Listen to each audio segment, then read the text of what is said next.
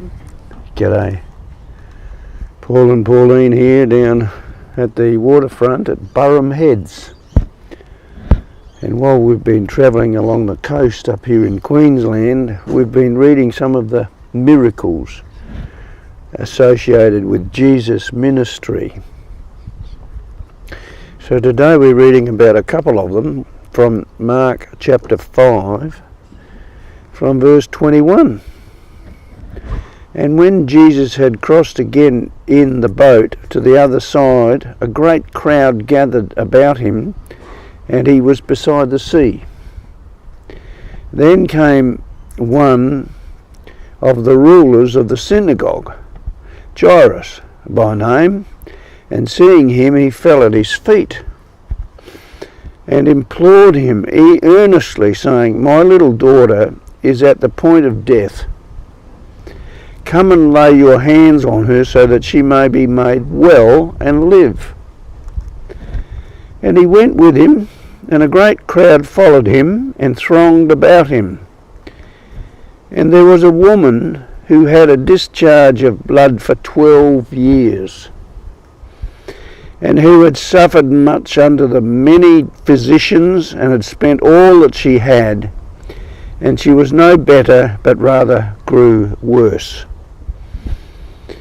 She had heard the reports about Jesus, and had come up behind him in the crowd and touched his garment. For she said, "If I touch even his garments, I will be made well." And immediately the flow of blood dried up, and she felt in her body that she was healed of her disease. And Jesus, perceiving in himself that power had gone out from him, immediately turned about in the crowd and said, "Who touched my garments?" And his disciples said to him, "You see the crowd pressing around you, and you say, 'Who touched me?'" And he looked round to see who had done it. But the woman, knowing what had happened to her, came in fear and trembling, and fell down before him and told him the whole truth. And he said to her, "Daughter, your faith has made you well. Go in peace and be healed of your disease." Wow. She had the faith that if only she could reach out and touch him, she would be healed. While he was still speaking, there came from the ruler's house some who said, "Your daughter is dead. Why trouble the teacher any further?" But overhearing what they said, Jesus said to the ruler of the synagogue, "Do not fear, only believe." And he allowed no one to follow him except Peter, James and John, the brother of James. They came to the house of the ruler of the synagogue, and Jesus saw a commotion.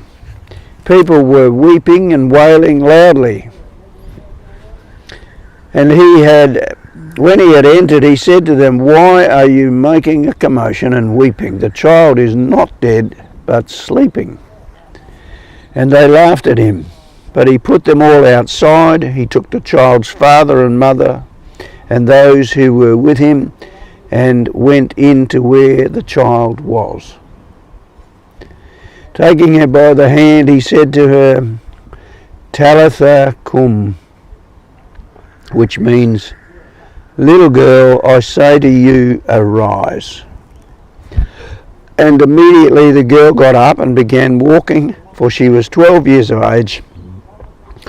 And they were immediately overcome with amazement.